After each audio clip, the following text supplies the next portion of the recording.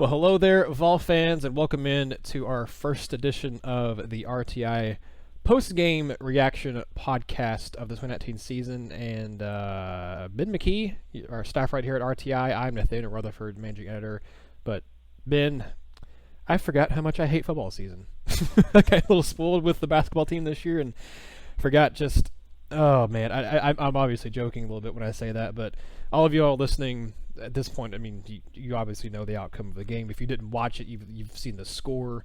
But imagine if you're listening to this podcast, you watched the game, you were at the game, or you were watching on TV, or listening, or something. But Tennessee goes out and lays just a fat, ugly, disgusting egg on the Neyland Stadium turf on Saturday in front of an announced crowd of 85,000 plus. But Ben, you and I both know that was not 85,000 people. That was at Neyland Stadium. It was probably closer to 78, 80,000 or something like that, if lower than that maybe. But still, Tennessee goes out and does the unthinkable, loses 38-30, and it wasn't even that. I mean, it was 38-23, and Tennessee scores a touchdown with 2 seconds left in the game, or something like that. It was just a handful of seconds left, so it wasn't even an 8-point loss. It was essentially a 2-touchdown loss that Tennessee sustained to a team that went 2-10 last season in the Sun Belt. Not an SEC team, not a Big Ten team, not a Power 5 school.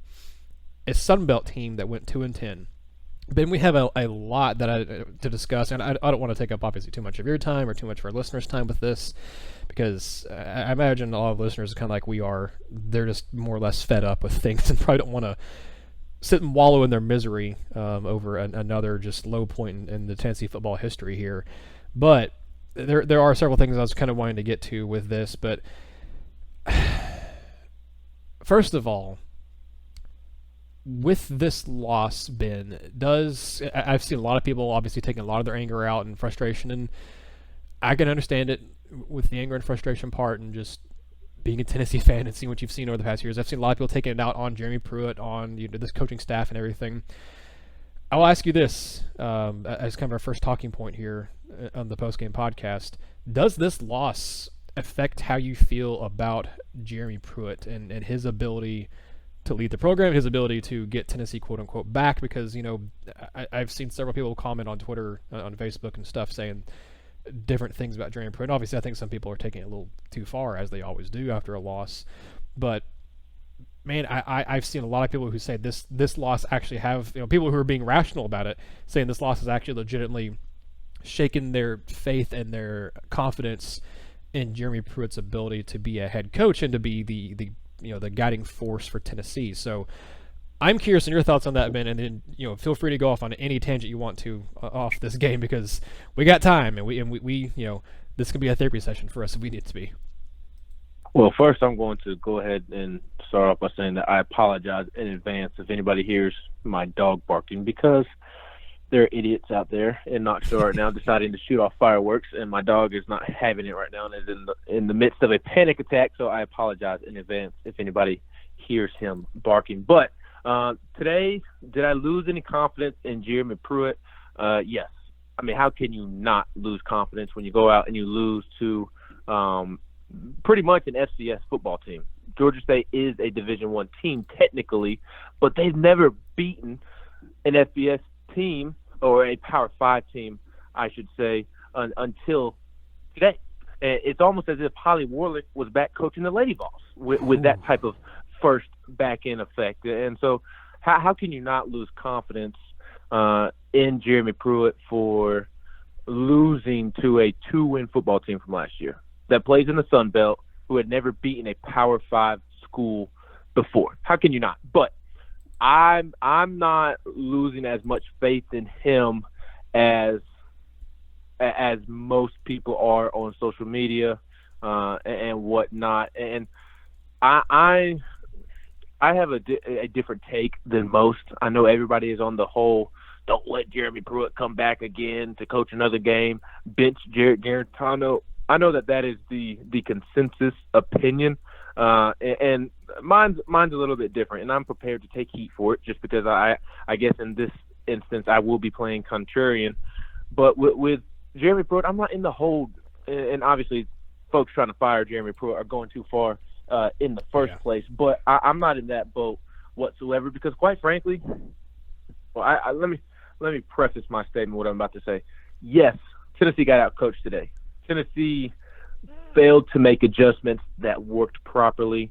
In the post game, Nigel Warrior, Darrell Taylor, and Jarrett Garantano. More so Darrell Taylor and Jarrett Garantano, but both of those two on both sides of the ball referenced that Georgia State ran things that they were not expecting. How does that happen? That is coaching.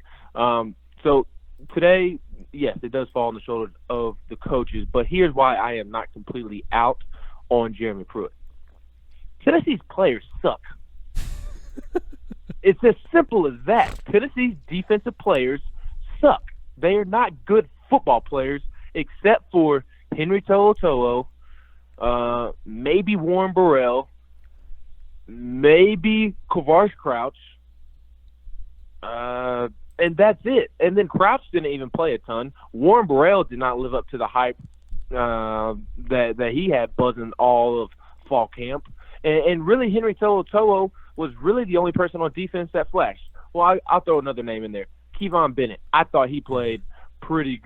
Actually, I thought he played really well in the first half, but then I didn't see him as much in the second half. So I don't know what happened there. Honestly, I don't even really remember seeing him on the football field in the second half. So I think Tennessee's football players on defense just flat out suck. No push against a terrible Georgia State offensive line. Georgia State's quarterback is very good, as we saw today. Yes. But I don't think that Georgia State's offensive line is near as good as what they look like today. Aubrey Solomon, overrated in my book, and this is kind of what I was hinting at in our mailbag, in our podcast that we recorded last week. Everybody was all gung-ho about getting Aubrey Solomon eligible, and it's important. He has talent, but he's not, a Justin Fields type talent transfer. He's not a Jacob Eason type talent transferring. He did not flash that. I mean, he made maybe one or two stops in the run game. I mean, and that was it. And so, yes, the result falls on the coaches, and they were so unprepared, just mind-boggling. As Nigel Warrior said post-game, flabbergasted is the word to use. And so, I'm concerned about them not being prepared. But I also think that Tennessee's defensive football players just are not good and are not very smart outside of a handful of guys. I mean, guys weren't setting the edge properly. Guys weren't keeping containment. I mean, it was just one thing after another.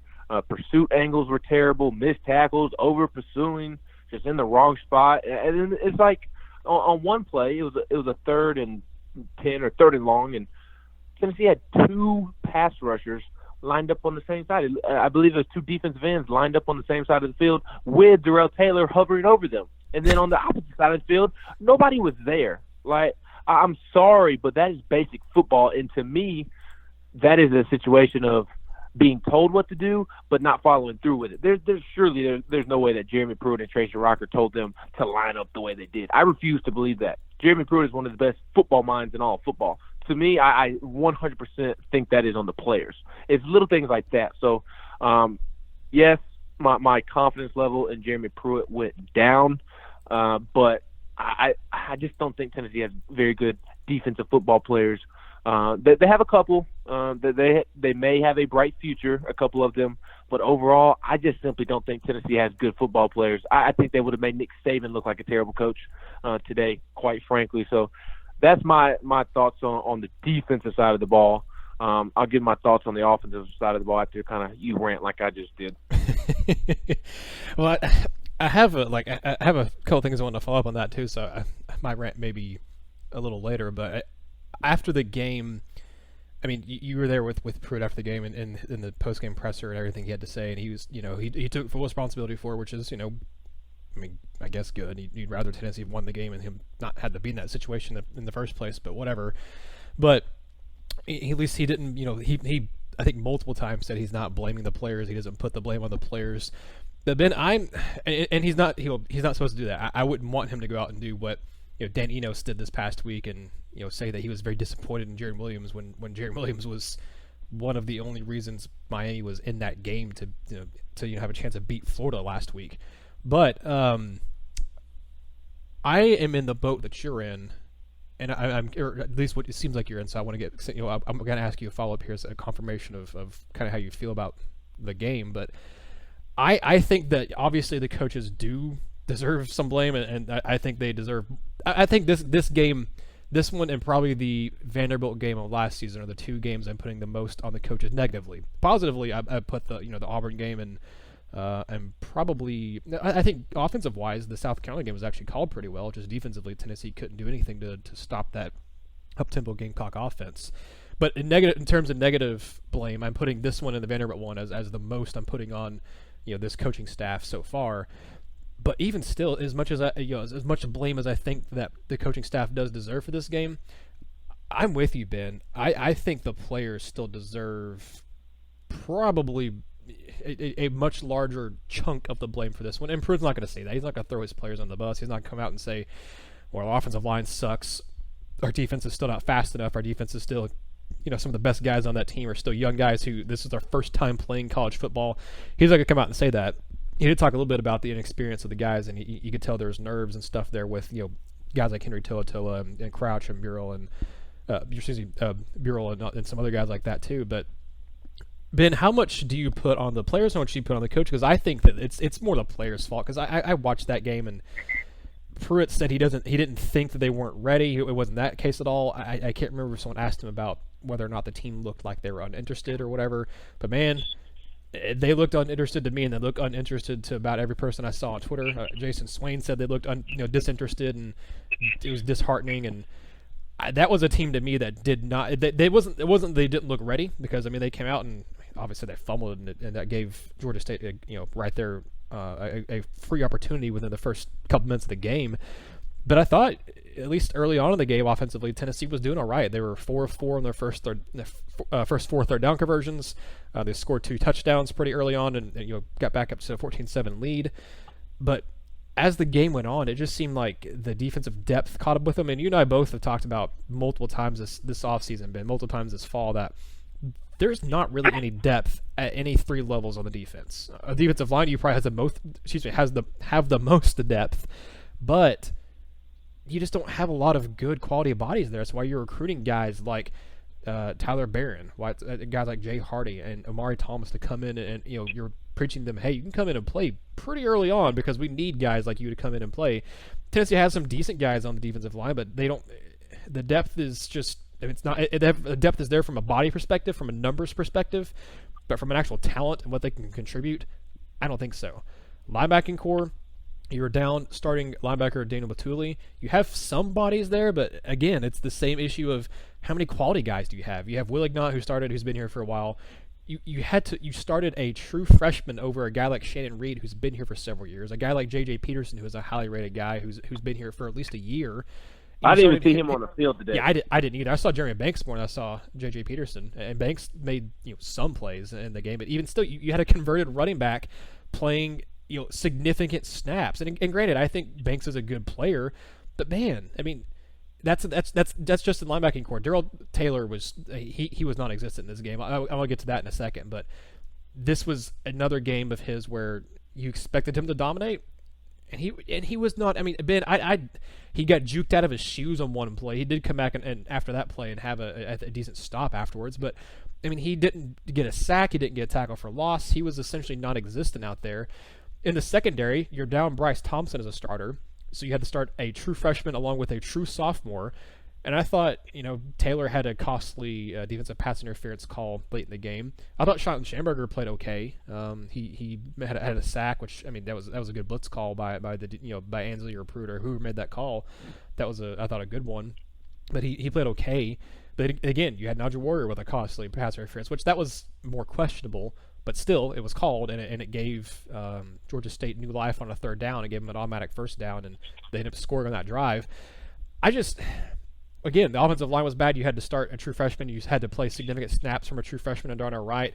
And Trey Smith didn't start. They were trying to ease him into it, and you could tell that he was still a little rusty at times too. But, God, Ben, this, like you said, I just don't think this roster is still very good. So I put more blame on the players than I do the coaches. And I think, like I said, I understand people being upset with the coaching staff, and I think there's definitely plenty of blame to throw on them. people who are putting it all on Pruitt and saying he needs to be fired, and that they've lost every single bit of confidence in him, all this sort of stuff. I understand losing some confidence in him and some faith in him, but I still put more of this on the players than I do the coaching staff. Yeah, I mean, there's so many issues that you don't even know where to start. I mean, and golly, it's terrible. And I just saw the score to the Wyoming-Missouri game, and Missouri is losing 27-17. So, what a terrible day for the SEC. But I just don't even know where to start. I'm with you. Pruitt and the coaching staff, they deserve blame. The players were not ready to play, but you just listed out all the depth issues, and there's not a single good football team in America that is having to go through the same things. You won't find a good football team in America that has the same problems as Tennessee from a personnel standpoint. I mean, you mentioned it at linebacker. You're without your veteran in Daniel Batuli. You're starting a true freshman, and then in your two deep, you're relying on a converted running back who didn't even play a lot last year, and then Shannon Reed hasn't played a lot last year. And then you look at the secondary, and even with Bryce Thompson, the depth wasn't great. It's a trend. I said it all last week. Everybody was like blowing it off like it was nothing. But Gerard Means is a converted wide receiver who converted midway through the summer and doesn't even have long-term plans to stick at that position. Like, how does that make sense in terms of like the overall depth of the secondary being in a good place when Jeremy Pruitt has to do stuff like that? And then everybody just assumes, oh, Nigel Warrior's a senior, he's a good football player all of a sudden. It don't work like that. It doesn't work like that. This is why you don't buy into the whole returning experience thing. Tennessee is one of the most experienced teams, according to Phil Steele, in the country, but it doesn't matter when your football players suck. I mean, it's really as simple as that. And so there's a handful of guys on this football team that are good football players, and those football players made plays today. Marquez Callaway, Jawan Jennings, Henry To'oTo'o flashed for somebody who was starting in his very first collegiate football game. But Tennessee doesn't have enough of those players. Eric Gray, I thought, showed signs of why he received some preseason hype. I thought Ty Chandler looked pretty good other than the fumbles. Yeah. Dominic Wood-Anderson looked good on the one target that he had all game. I don't know if that is true. It just feels like he was only targeted once, and it was the long catch that he had down the sideline. Brent Samaglia was the MVP of the day, 3 for 3 on field goals. I mean, Tennessee's blown out by Georgia State if he's not successful in his field goal attempts, and one was from 48 yards. I mean, it's just Tennessee just does not have good football players. And Nathaniel, you've heard me rant about this on the podcast and off the podcast. I'm sick and tired of people assuming that Tennessee has good football players just because of the logo on the side of the helmet. Tennessee ain't the same old Tennessee. This is rock bottom. I mean, literally rock bottom. Tennessee just lost to a program who has never beaten a Power 5 team and won 2 games last year. 2 games last year. And Tennessee was just got the butts kicked by them in the second half. Like, this is rock bottom. This isn't the same old Tennessee. So it's just everybody receives blame for a loss like this. The coaching staff for not having the guys prepared. But I also think part of it has to do with the simple fact that Tennessee doesn't have good players. And until Tennessee gets good players, it's going to look like this, unfortunately. And I'll add one more thing. Was the effort great? No, it was not. Darrell Taylor said himself that they could have played harder, which was obvious. I thought the offense did play hard to a certain extent. Like, everybody's talking about JG not being locked in and the receivers not being locked in and whatnot and the running backs. I didn't get that feeling when I was watching them play. Maybe it's just me and I need to change the way I watch football.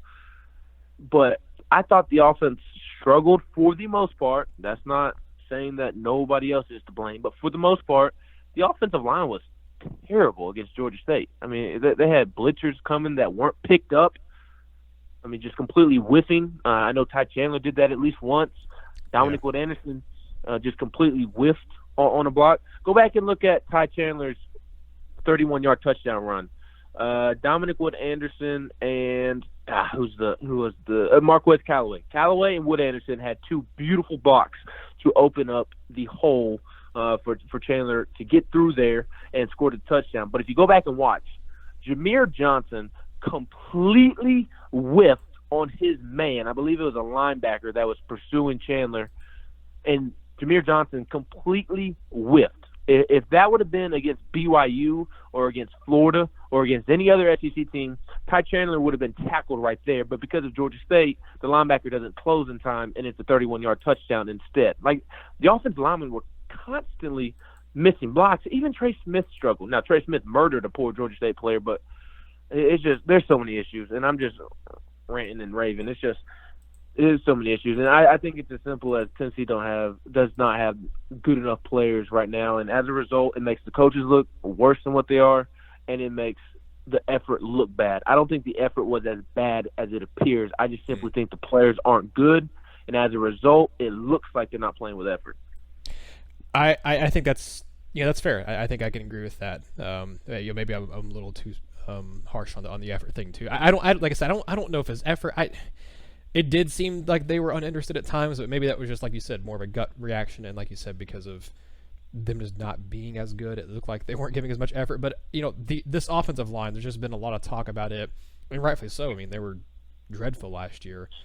But watching the game, if not for that 31-yard run that Ty Chandler ripped off in the first half for the touchdown, I don't think Tennessee, they had one other run that went for 10 yards. I don't think they had any other run besides that one that went for 10 yards, besides the Ramel Keaton, which I thought was a really good play call. The Ramel Keaton 10-yard run he had that was, I think, a third down and 6 or 7 that he ended up picking up. I thought that was a really good play call because it was not expected. I think it actually might have been third and short, actually. I think it was third and short. The defense was selling to stop, run up the middle or run off tackle. And instead, they send Keaton in motion and hand off to him, and he gets 10 yards. I thought that was a really good play call. I thought that was probably one of the better play calls in the game for Tennessee on either side of the ball. It was better than that stupid short yardage quarterback sneak that they kept doing every single time. It was cool the first time. It worked the first time. Mm-hmm. And then, that was the formation that the Ramel Keaton reverse was off of, and it worked. But, I know you want to be vanilla because it's Georgia State, but being vanilla came back to bite you in the butt. Yeah. My point in talking about the run game was, like I said, besides that Ty Chandler 31-yard run, you had one run all game that was 10 yards or more. And it was, again, because – and part of it's because Tennessee's running backs just didn't have a whole lot of room – or didn't have – they didn't do a good job, and you had Ty Chandler fumbling the ball. But, my goodness, this offensive line, it's been another season. It's getting a couple 5-stars in there and getting Trey Smith back. Granted, he's still not 100%, but it's just another year where they could not beat the guys off the block. It was, and this isn't like it was against Florida or Alabama or LSU or an SEC team or even a Power 5 team. This was another group of 5 school, and it wasn't even a good. Maybe Georgia State turns out to be better than we're expecting. That was something I was wanting to bring up. I don't know if we'll have time or not, but discussing whether or not we give how much credit we give to Georgia State and how much maybe they've actually improved, because they've made some coaching changes and stuff this off season, and they're bringing back a lot of guys from last year too. But I still obviously putting a lot more blame on Tennessee than I am praise for Georgia State. But Tennessee finished this game with 31 carries for 93 yards, an average of 3 yards per carry. That is. I'm about to look up what the stats were for the UTEP game and the Charlotte game last year. But that's exactly what Tennessee did last year against UTEP and Charlotte. They could not run the ball against inferior opponents, and they couldn't do it again today. I guess you take away that 31-yard run by Chandler, Tennessee finished with 60 yards rushing in this game on 30 carries. And some of that was also later in the game when it looked like the offensive line had really just given up and Jarantano got sacked and hit multiple times. Because I think up until the fourth quarter there was 1 sack from Georgia State, then they finished with 4 in the game. But God, Ben, it's just all the same issues that we fans and media alike were curious to see how they got fixed, and maybe if there's going to be any sign of improvement. There wasn't, and like you said, I'm not putting a lot of this on Jarantano. The people who are trashing him, it still just feels like they have an agenda, or it feels like they don't know what they're looking at when they're watching football. And I'm not trying to be mean or rude. I'm just telling you how I feel. If you're putting this game on Jarrett Garantano and you think that he's one of the main reasons Tennessee lost this game, then you just have it set in your mind to hate on Jarrett Garantano, and you have an agenda. I don't know how else to look at it. He was not the reason Tennessee lost this game. He, again, multiple times in this game had 2 seconds to throw the football. It wasn't nearly as bad as it was last year, but this is Georgia State. It shouldn't have been bad anyway. He should have been having 3, 4, 5 seconds at a time to throw the football. He should have had a clean pocket a majority of this game, but he didn't.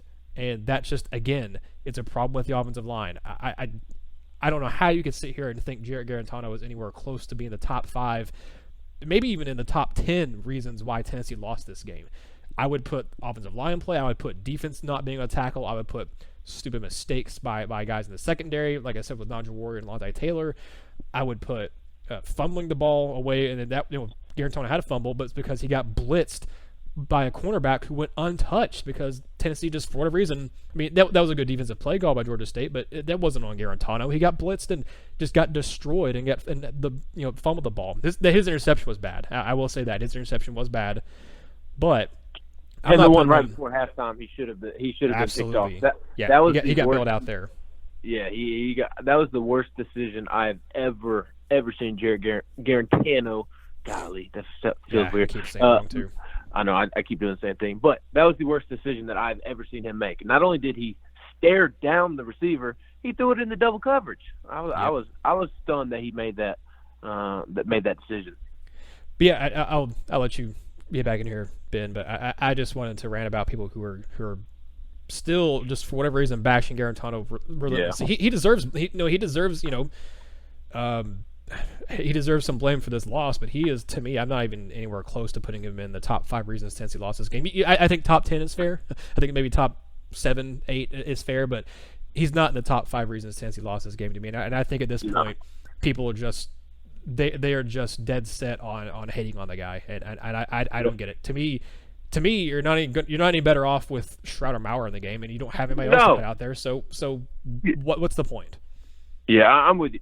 This is when we started the podcast, I said that I kind of feel different than most do. And I'm the contrarian, I guess you can say, regarding this game, because I don't think Jarrett Garantano played that bad. I really don't. Nope. I really don't. And I'm sorry if you don't like Jarrett Garantano and you completely disagree with me. Trust me, I know you do, because every Tennessee fan in America right now hates Jarrett Garantano. And I'm just not in that boat. I don't watch the football game and think that he is just the reason Tennessee is struggling on offense. And honestly, maybe it's me. Maybe I'm dumb and I don't know what I'm looking at.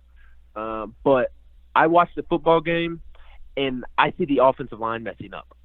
That's what I see. I see the offensive line whiffing on blocks. And when we're watching Tennessee games from now on, can we please watch the offensive line instead of just watching Jarrett Garantano the entire time?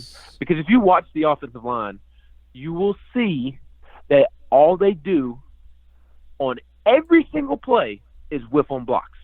Whiff on blocks every single play. And it's multiple guys. It's why Jeremy Pruitt wanted to spin the whole, we're going to play 8 to 10 offensive linemen. He wanted to spin it as a good thing. That's not a good thing. That is not a good thing. Is it a good thing to have 8, 10, 11 offensive linemen that can play? Yes. Alabama, Georgia, those teams do that. Clemson does that. They have that amount of guys that can do it. But they're not constantly rotating them in and out. Tennessee is, and it's because guys are consistently whiffing on blocks.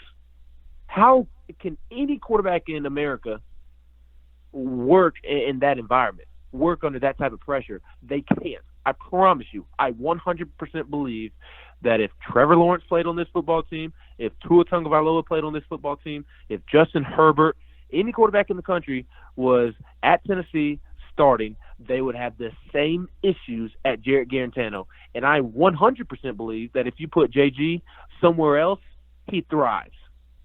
And let me say this, because I know folks are the folks who are out on JG are probably dog cussing me right now and probably preparing to send me tweets.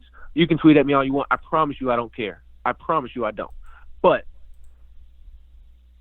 I'm not saying JG is perfect. He made mistakes today. He did not help in certain situations. I'm just I'm simply I don't understand why people have a hard time comprehending this. I'm simply in the boat of where I don't think he's a bad quarterback. I don't think he's a great quarterback. I just don't think he's a bad quarterback, and I don't think he's a top 5 problem on offense. The first 5 problems are on offense are the left tackle, the left guard, the center, the right guard, and the right tackle. Those are the first 5 problems. And then problem number 6, 7, 8, and 9 and 10 is the backup left tackle, the backup left guard, the backup center, the backup right guard, and the backup right tackle. And for anybody who thinks that Brian Maurer and JT Shrout could come in and Tennessee would be better off with them leading the charge, has lost their mind, in my opinion. I just don't understand it. I mean, JG had his mistakes today, but he was still 26 of 40, 311 yards, 2 touchdowns, and an interception. And yes, I recognize that he should have had 2 interceptions. Nathaniel and I just talked about that. It was not JG's best game, but he was not the problem on offense. And so that is kind of my biggest takeaway from today, is that I'm just the contrarian to the opinion on social media right now. Everybody wants to fire Jeremy Pruitt. Everybody wants to fire JG, essentially. I'm just not in that boat. I don't think that they are the root of the problems. The root of the problem on offense is the offensive line. The root of the problem as to why Tennessee lost today is because they just don't have good football players. There are so many directions, so many ways we can continue to go with this. I'm going to bring back up, you mentioned it earlier, and I talked about it on social media a little bit after the game. This feels like rock bottom, Ben, but God, how many times over the last 12, 13 years have Vol fans, Vol media, the people calling the game for Tennessee, how many times have that as a collective said this is or feels like rock bottom? Because it feels like we've said it about a dozen times at this point. I back in the day, I thought 2008 versus Wyoming was rock bottom. I thought the Derek Dooley era in general was rock bottom. Losing to Kentucky in 2011, I thought that was rock bottom. I thought losing to Vanderbilt the way they did in 2012 was rock bottom. I thought 2017, that season, the historic worst season in program history, I thought that was rock bottom. I thought surely it can't get any worse than 4-8. And then Tennessee tried to hire a coach and could not do it. And they had to fire an athletic director mid-coaching search. I thought, okay, maybe it surely can't get worse than this. You're going to get Philip Thorne back in here as AD, and he doesn't have athletic director experience, but he loves Tennessee, and he's going to do his darndest to try to get Tennessee back. Surely this is the turning point. This is the reality check. And then in 2018, you get blown out in every single loss except for South Carolina, and then the way you lose that Vanderbilt game, I thought, okay, maybe this is rock bottom. That's going to be the turning point for Tennessee. That's going to be the catalyst for them to say, hey, let's get together. Let's weed out the people who don't want to be here. Let's figure things out and go. And Garantano and other guys said basically as much after the game and said as much in that offseason. And then we get to this, and I think surely now we've hit rock bottom. Ben, how many godforsaken reality checks does Tennessee need? I mean, it feels like about every single month of football season, there's another reality check. Maybe you see people say maybe this would be the reality check for the team. Maybe this would be the turning point. God, it feels like Tennessee has been on the cusp of a turning point for 15 years. And I know that's nothing new to Vol fans, but God, you wonder, where is rock bottom? If it's not here, God, where is it at? Because is it losing to UTC later on this season? Because I mean, they surely can't get worse than losing to an FCS school. I mean, Georgia State is, like you said, Ben, they're essentially an FCS school. They've been playing football for 10 years. They didn't get into the FBS until I think 7 years ago. It was when it was. It was either 2012 or 2013. I think they were a newly minted FBS school the last time Tennessee played them. Essentially, if they weren't, they were in the last year of FCS, whatever it was, back in 2012 when Tennessee played them, and Dooley's last year. It was, back then they were right around getting into the FBS, but I mean, they've not been in the FBS very long. I think they've had one winning season since they become an FBS program, and that was a couple years ago in Sean Elliott's first year as head coach. They've had one or two, and that's it. And they're playing in the entry-level conference for teams that are making the leap. Essentially, most of the teams that are making the leap into the FBS. If you're in the kind of southeast area at all, you're going to be in the Sun Belt.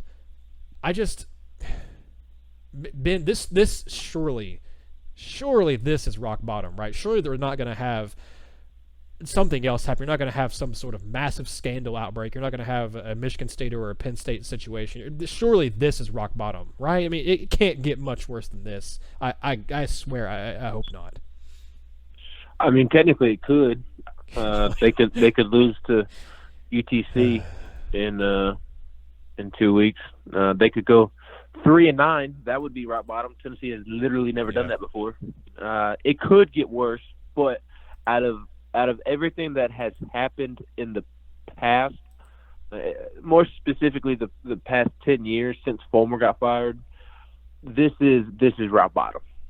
This is rock bottom, more so than the 2011, whatever year it was when they lost to Kentucky with Dooley, the 2012 blowout loss to Jordan Rodgers and Vanderbilt to end the season, and the game that ultimately got Dooley fired, and more rock bottom than Tennessee losing to Vanderbilt the way that it lost to Vanderbilt the past couple of seasons and just last season. More rock bottom than the off-the-field coaching search debacle, because at the end of the day, it's all about wins and losses, not necessarily how you got there. And I'd say not how you got there in regards to the wins. Obviously, everybody's going to pick apart how you got there with the losses, but with the losses I just mentioned, at least they were SEC schools. I mean, I know Kentucky and Vanderbilt sucks, but at least they are SEC schools. If you don't mind, when Tennessee lost to Wyoming in 2008 that was the beginning of the Fulmer's final year. If you could look up how many wins Wyoming had the year before they beat Tennessee, I think that would be very telling of where rock bottom is, because I think this is the worst loss in program history, to be honest with you. And to me, I'm looking at it now. That is rock bottom, because surely Wyoming did not win just 2 games the year before. Yeah, they were 5-7 the year before. Yeah, so technically that Wyoming team is better than the Georgia State team that Tennessee just lost to. So I think this is rock bottom, and I told you before we started recording it, I'm tired of it. The University of Tennessee does not deserve this. And I said University of Tennessee, not the Tennessee football program, not the fans. The fans don't deserve this, and the University of Tennessee does not deserve this. The University of Tennessee is such a beautiful place. It has a beautiful community of people. There are so many wonderful things about the University of Tennessee, and I'm sick and tired of Tennessee football being a dark stain on the university every single year. I mean, because football is the bread and butter of the university, people judge the University of Tennessee based off of how the football program is going. And the University of Tennessee is not a reflection of the Tennessee football program. UT is so beautiful in so many ways. It's my alma mater. I have so many family members that have graduated from there, that are currently going to school there, and it means so much to my family. And I'm sick and tired of the football program being a dark stain on the university and on the city of Knoxville, and as a result, people just joking on UT because of the performance of the football team and everything that happens around the football team. I'm so sick of it, and I just hope that it ends soon, because living in Knoxville, it's no fun. I just if there's a positive for this, and I'm absolutely saying this in tongue in cheek, because there's very few positives from this game, and this is a very much tongue in cheek comment. But there, at least, Ben, we have the memes from this game. We had the burning boat. We had the Pride of the Southland band member passed out on the field. If nothing else, at least in times of sadness, in times of heartbreak and sorrow for Tennessee, at least we can make some new memes along the way. Like I said, obviously tongue in cheek and just whatever. But God, I agree with you. It obviously can get worse. You can lose to UTC, and it can get worse. But I don't think it will, but man, this has to be, like you said, Wyoming before the 2008 season. Back in 2007, they went 5-7. They finished that year. Wyoming did. They finished the 2008 season 4-8.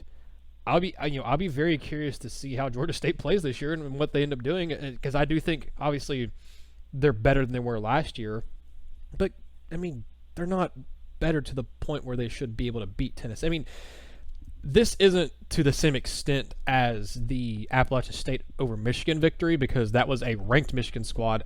Appalachian State was an FCS school. That, to me, that's still probably the greatest upset in college football history. And really, I would even say you could throw in, though they were ranked and obviously a very good team, you could even put Boise State beating Oklahoma in the Fiesta Bowl way back when as another, one of the top 5 greatest upsets in college football history. This, to me, isn't in the top 5, but man, it's right there on the cusp of the top 10, because it just shouldn't have happened. There is nothing that really excuses this for Tennessee. I mean, this game, the tone got set right on that first possession for Tennessee when you had the fumble, and they gave Georgia State the ball at the 23-yard line and they converted. Tennessee, I mentioned in my 5 observations piece. I mean, it seemed like they were just determined to give Georgia State free points. I mean, they had that fumble later on Georgia State's second touchdown scoring drive. You had the Niger Warrior defensive pass interference. They gave them a fresh set of downs. And like I said, that was a questionable call. But I'm not going to sit here and bash the refs because Lord knows the refs were far from a reason why Tennessee lost that game. There wasn't really that many penalties called in the game. I thought most of them, other than that one, were fair. But you had that happen, and that led to a Georgia State touchdown later on in that possession. You had later on in the game when you had another fumble that Georgia State recovered. Like I said, that was when Jarantano got blasted, and then they fumbled it and recovered it there. And then on that possession, too, is when you had the Alontae Taylor defensive pass interference that was on third down that Tennessee got a stop on. But then that ended up happening and gave them new life again, and they ended up scoring a touchdown on that possession. Then Tennessee had another turnover. I don't think – I'm trying to remember if Georgia State scored off that one.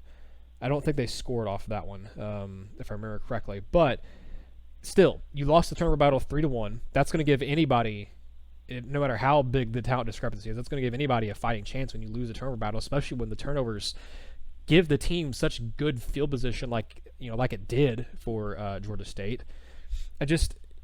I don't know. I struggle to see where this team – maybe this serves as a wake-up call. I don't know. Like you said, Ben, you heard all the players talk afterwards with Garantano and Warrior and Darrell Taylor, and they all seem to think, hey, I mean, I give them credit. They weren't sitting there being doom and gloom and saying, oh, woe was us. I mean, they've been through some really awful times in Tennessee. Garantano's been through, and Niger Warrior both who've been here for 4 years. Actually, Darrell Taylor's been here for 5. They've all been through the worst season in Tennessee history. They've all been through some awful blowout losses, some games that Tennessee should have lost, and now they've been through this. So I mean, they've seen some pretty bad times. So I give them kudos for not being out there and being doom and gloom and saying, well, it's just another notch in the belt for us. They came out and said, hey, we don't expect this to set the tone. We don't expect this as one game. We're going to try to, put it back our minds and stuff and move forward. But Ben, do you think they can? Because I know the last podcast we did was before BYU played Utah. It was a Thursday afternoon, and then BYU and Utah played Thursday night. You've been pretty high on BYU all off season. I mean, I know we're going to have obviously very tinted glasses with this one because of this game just finishing up and how negative it is and everything. But man, what is your feel for that BYU game? Because I looked at that as a game heading into before Tennessee's game today as a game where I thought, BYU didn't look maybe as good as I thought they could have looked against Utah. And I thought, okay, they should be able to handle business and beat BYU next week. But man, now that this game happened and after I did see BYU's defense wasn't bad at all against Utah, now I'm starting to worry a little bit and say, well, is Tennessee going to have a disastrous scenario where they start out 0-2 on the season? I'm curious your thoughts because, like I said, I know you've been fairly high on BYU all off season.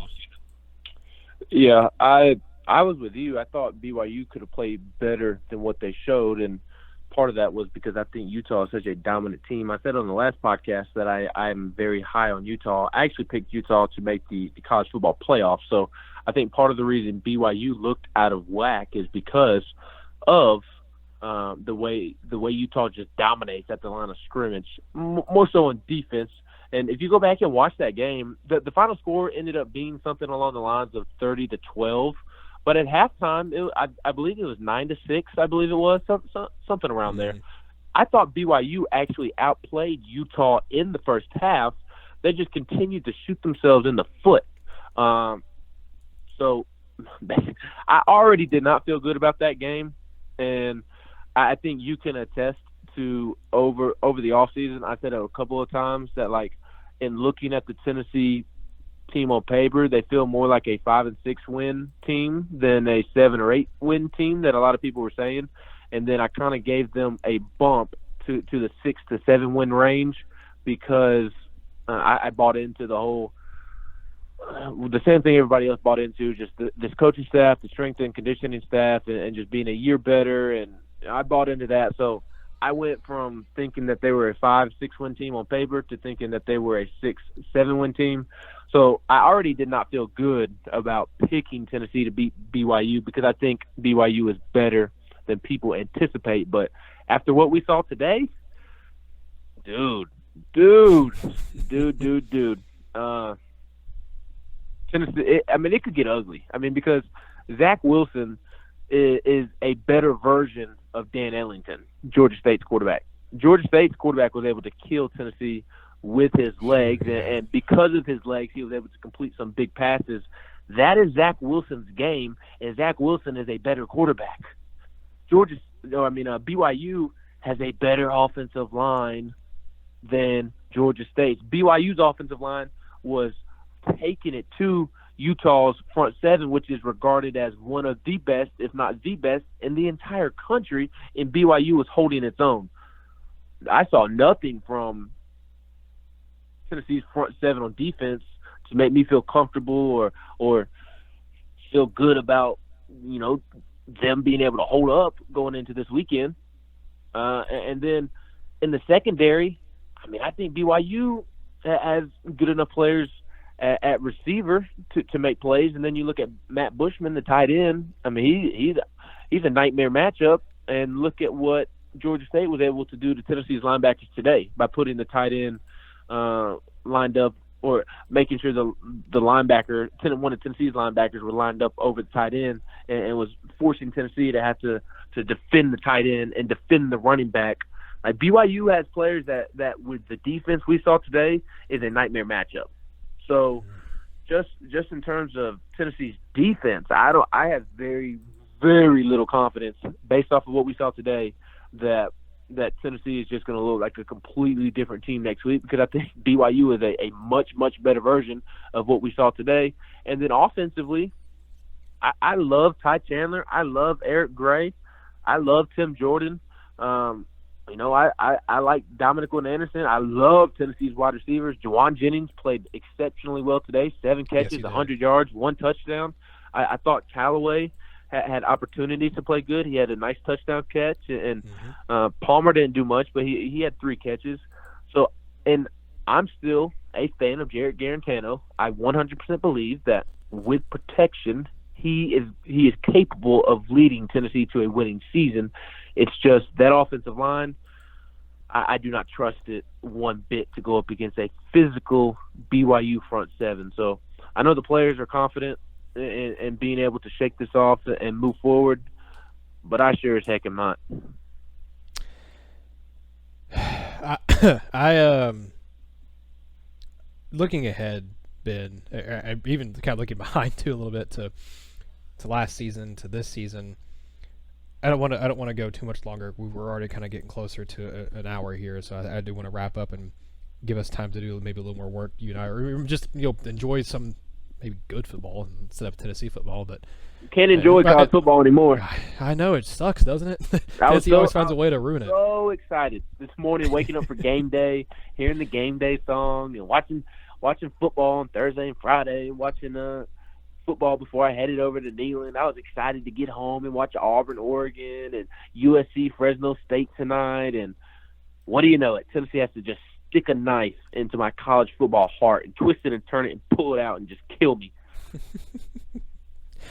Well, to end this podcast on an even more depressing note, or maybe it won't be, depending on, I guess, how you answer it, the question I'm about to ask here, but is it possible that Tennessee's actually gotten worse from last season? I mean, I'm holding off on actually answering that question for real, because this is one game, and you do have several younger players who were playing their very first football game at Tennessee. And I know, granted, it was against freaking Georgia State, so they should have been okay out there. But I personally am withholding judgment that this team's any worse or better or anything than we saw last year. But man, Ben, from watching what happened today, at least last year when Tennessee played teams they were legitimately better than, like UTEP and ETSU and Charlotte, at least they still won those games. Today, Tennessee didn't win the game, and it wasn't even particularly close in the second half. That's the thing. I mean, the final scores would make it look like at least Tennessee had within a shot of a touchdown and a 2-point conversion of tying it to go to overtime. It wasn't that close. Like I said, it took Tennessee scoring when Georgia State went into prevent defense mode in the final 2 minutes of the game, actually final minute of the game, for Tennessee to score a touchdown with 2 seconds left for them to pull within a touchdown. I mean, is it legitimately possible that Tennessee is worse than what they were last year? And Tennessee was pretty bad. I mean, they were actually, it's weird to think about. They were a win away, a close game away against South Carolina from going to a bowl game, but they also were, they could have lost against Auburn. They could have easily lost against Kentucky as well. They were a loss away from going 4-8 again last year. But is it? I mean, like I said, it's just one game. I don't want to answer that question yet, and maybe you don't want to answer it either, Ben. But where are you leaning towards right now? If you had to lean towards one way or the other, I'm going to say, if I had to actually be honest and actually pick a side here, dude, I think it might be, at least right now, with the young guys you're playing and with all the uncertainty and stuff you have at some of the positions you have going on right now, this team might actually be worse than last year, and that's hard for me to fathom. But as the season goes along, I think they'll get better. But like I said, you have potential to get better because you're going to have a lot of young guys that are going to play like you had in the 2014 season, where you had a lot of young players that you're putting out there for the first time. I think Tennessee will get better as the season goes along. But dude, I don't know that means they're going to make a bowl game. I think right now, if I had to choose, this team at this moment is worse than they were last year. I think that can change, but man, this opening season game did not give me any confidence that this team's improved really at all from last season. No, this team is 1,000% worse than it was last year. And over the summer, I said that I thought, I know, again, it's not a popular opinion because everybody wants to just assume that because Tennessee has a power T on the side of its helmet that they're better than everybody else.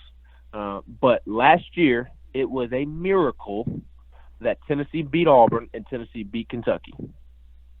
Other than that, I mean, who were the three crappy teams that Tennessee played last year? ETSU, UTEP, and Charlotte. People don't like me saying this, and some don't agree with me, but a lot of people don't agree with me. But those three crappy schools, Charlotte, UTEP, and ETSU, were the only three teams on Tennessee's schedule last year in which Tennessee was better than. Every other legitimate opponent that was on the schedule last year, they were a better football team. If Tennessee and Auburn played 10 times last year, Auburn wins 60% of the time at minimum. They win the majority of the time. If Tennessee and Kentucky play last year, Kentucky wins the majority of the time. They win the majority of the times that they would play. Vanderbilt was better. Missouri was better. South Carolina, every team except for the three cupcake games were better than Tennessee. Tennessee, in my estimation, over exceeded expectations last year, and that's crazy because Tennessee went 5-7 and went lost to Vanderbilt the way they did, lost to Missouri the way they did. It's crazy to say that, but I do 100% believe that they overexceeded expectations. Tennessee didn't have any business winning the Auburn or Kentucky game, but they did.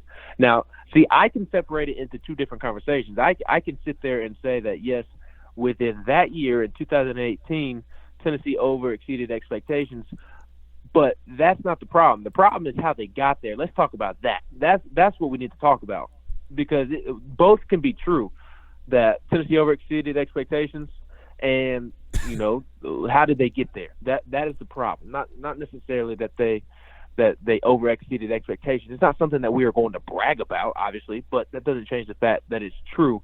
And I mentioned that because I think it's going to end up being the same situation as this year, except last year's team had a veteran defensive line that helped them win the Kentucky and Auburn game. They don't have that this year.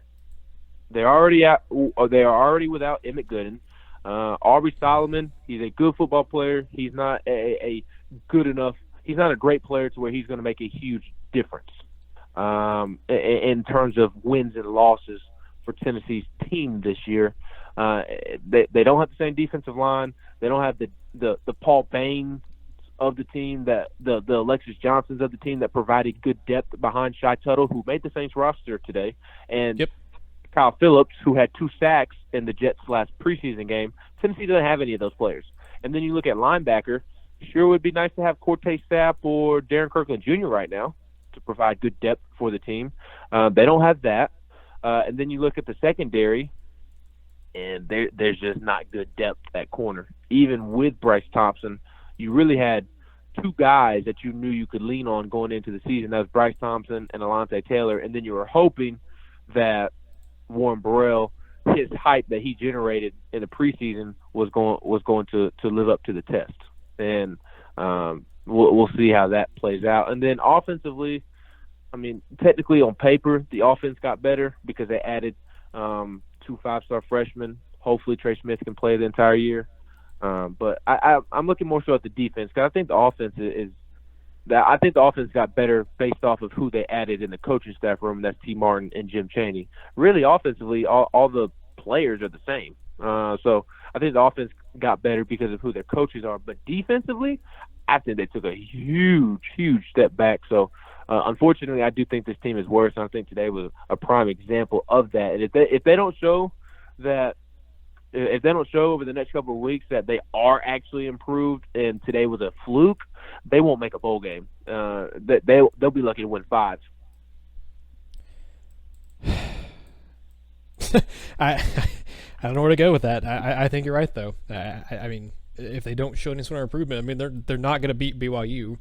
They should beat UTC. They should later on in the season. I don't know. Maybe they won't beat UAB, because UAB had a really good year last year.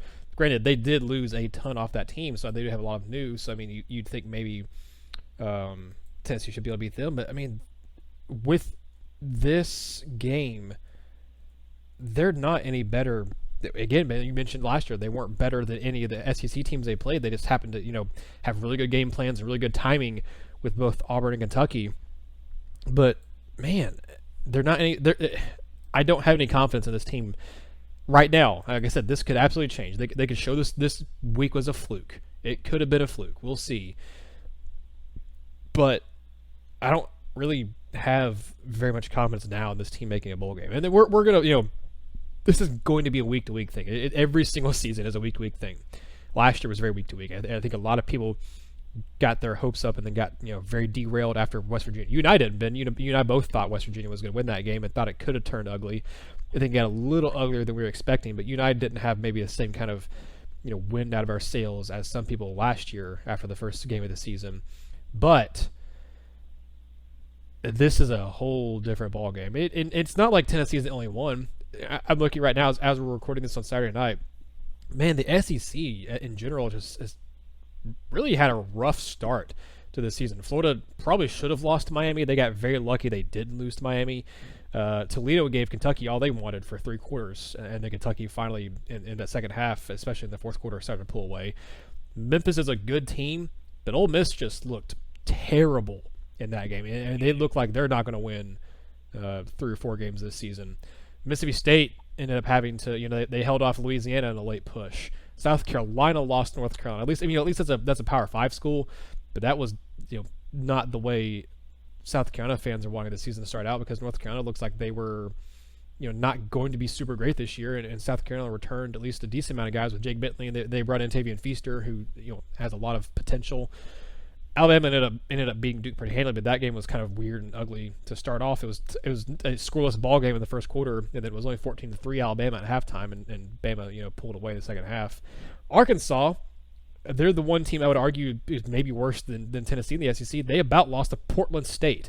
That would have been a worse loss because Portland State is an FCS school. But also, like I said, as we're recording this, Ben, Missouri is currently losing to Wyoming, and they're getting doubled up. It's 34-17 right now, as of us recording this podcast. Obviously, that score can and probably will change. I don't know if Missouri will win, but I don't imagine 34-17 will be the final score. But it's just been a rough weekend for SEC schools, and Oregon's currently beating Auburn pretty handily. But that's a battle of at least two ranked teams. But maybe there's hope. Maybe this is just opening weekend stuff. And I joke all the time about people overreacting to week one.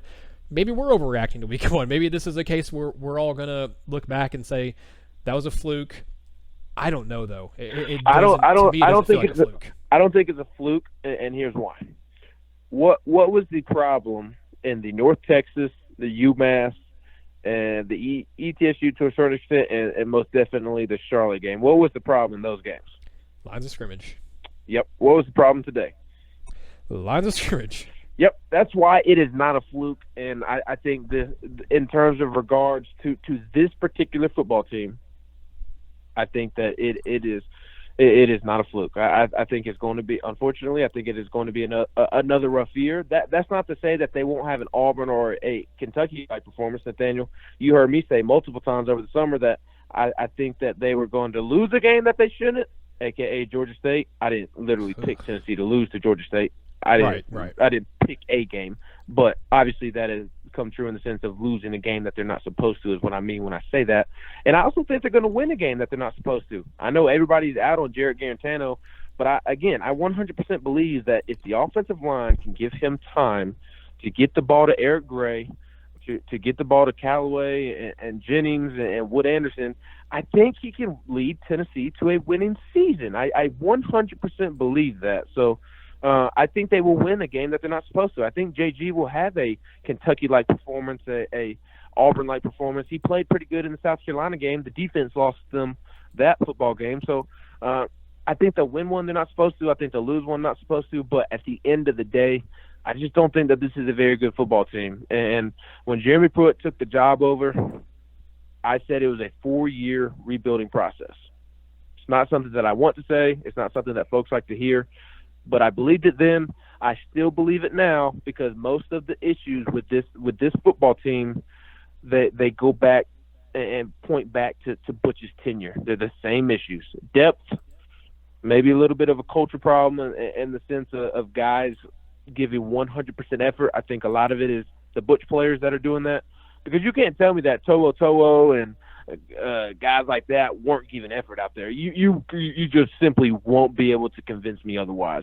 The players that I see that have a problem giving effort are players who are juniors and seniors or redshirt sophomores. Mm-hmm. So I think it's a 4-year rebuilding process. I still believe that because they're the same issues as when he took over. And it doesn't matter how good of a coach he is. He can't work miracles. There's a reason Tennessee's been in the dumps for 10 years. And I'll go ahead and prepare my Twitter mentions for people to disagree with me, and that's fine. We'll see how it all plays out. And if I'm wrong in hindsight, I will openly admit it. But that is something that I believe in. For now, I'm sticking with it. And my final point, this is the last point I have, and I think it sums up the day. And I think it sums up the current state of Tennessee football more so than the boat of one of the Vol Navy members catching fire, sinking today. It sums it up more so than the band member passing out at halftime and having to sit in the ambulance during halftime. It sums it up more so than after the miserable first play against West Virginia last year, having a similar one on the second play this year. I guess technically that's progress, but Vanderbilt is holding their own more right now with Georgia than Tennessee did with Georgia State today.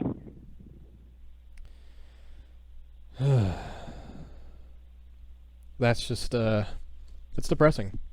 I mean, that feels like a good note to end on because it seems appropriate. And like I said, we're obviously being very doom and gloom because Tennessee just lost a game that they have no business at any point ever in their program history losing. But like you said, man, we're things are subject to change. If Tennessee turns this thing around, you and I both will come back and say, hey, we're just overreacting to this game because it was a bad loss and it was probably the worst loss in program history, at least of definitely I think our lifetimes. The only one that compares to it is the Wyoming team in 2008 because you came and throw Kentucky in there because they're SEC at least. Yeah, and sorry to interrupt you, but Tennessee did tie with Army during the Johnny Majors era. Yeah, but that's not an L. So I'll give the edge to today's game in Georgia State.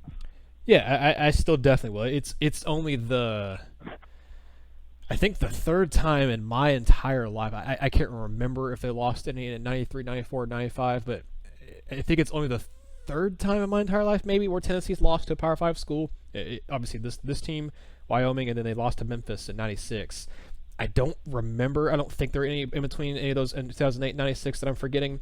I don't think there's any in 93, 94, 95, but I mean, there's only been 3 times that I can recall that Tennessee has lost to a non-Power 5 school in my entire lifetime.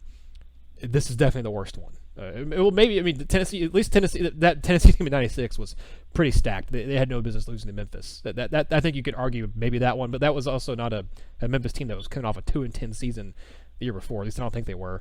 I have to go back and check. But anyway, like I said, I want to end on I guess a positive note. It's at least not a super negative one, I guess. But are you going to give me how many days away it is until basketball time? Oh God, that I actually am looking forward to basketball. That's or is the actual. Hell, at this point, Nathaniel, give me baseball season.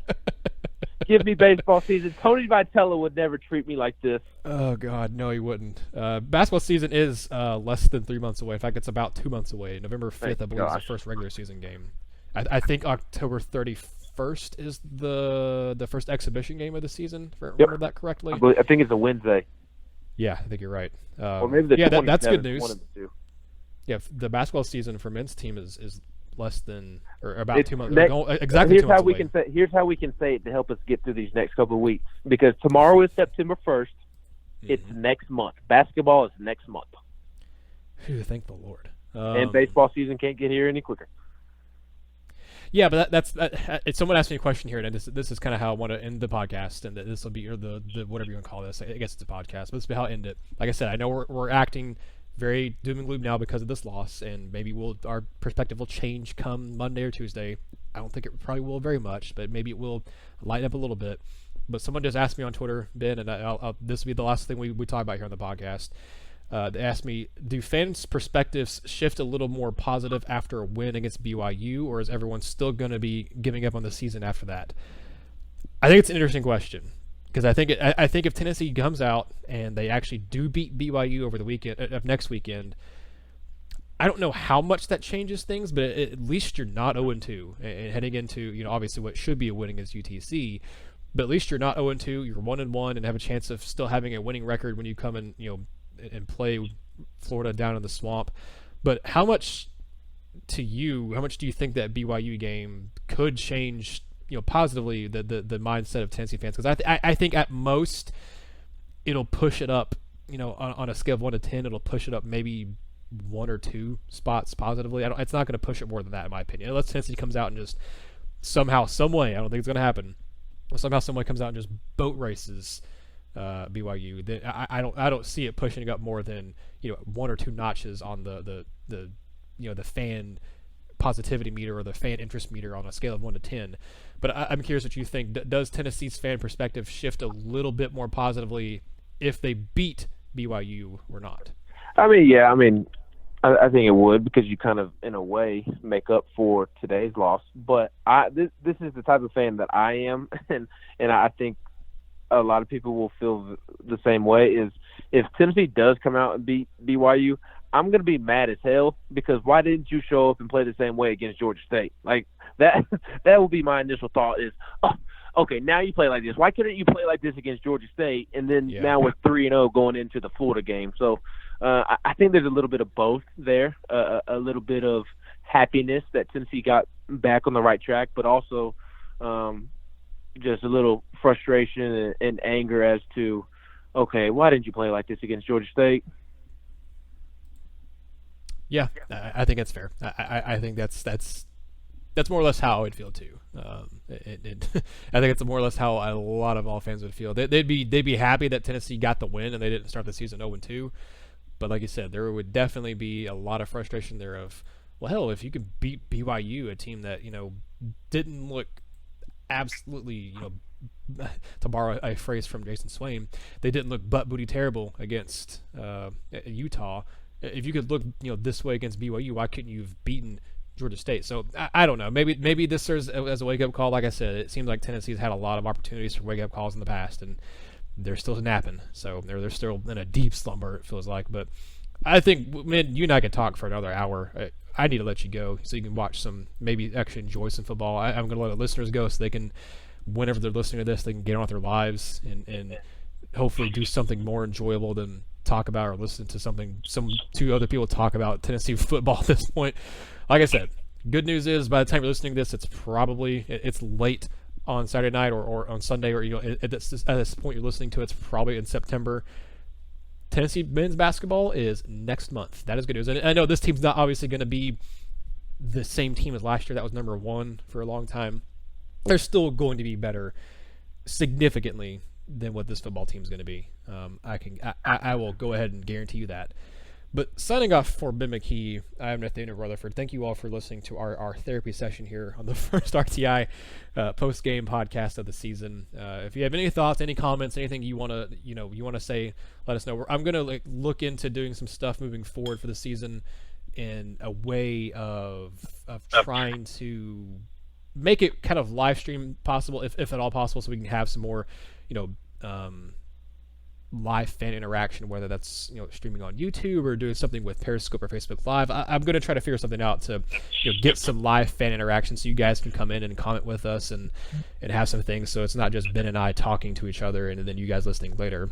But if you guys don't want to hear that, if you'd rather us do a podcast like this, if it's better for you guys that way, let us know. But I obviously would love to have fan interaction to get your guys' thoughts on stuff, so you can chime in with us and interact with us, and that kind of adds a different element here to what we do. But signing off for Ben McKee, I am Nathaniel Rutherford. Thank you all for listening. This has been the first RTI postgame podcast of 2019. We'll be back again next week.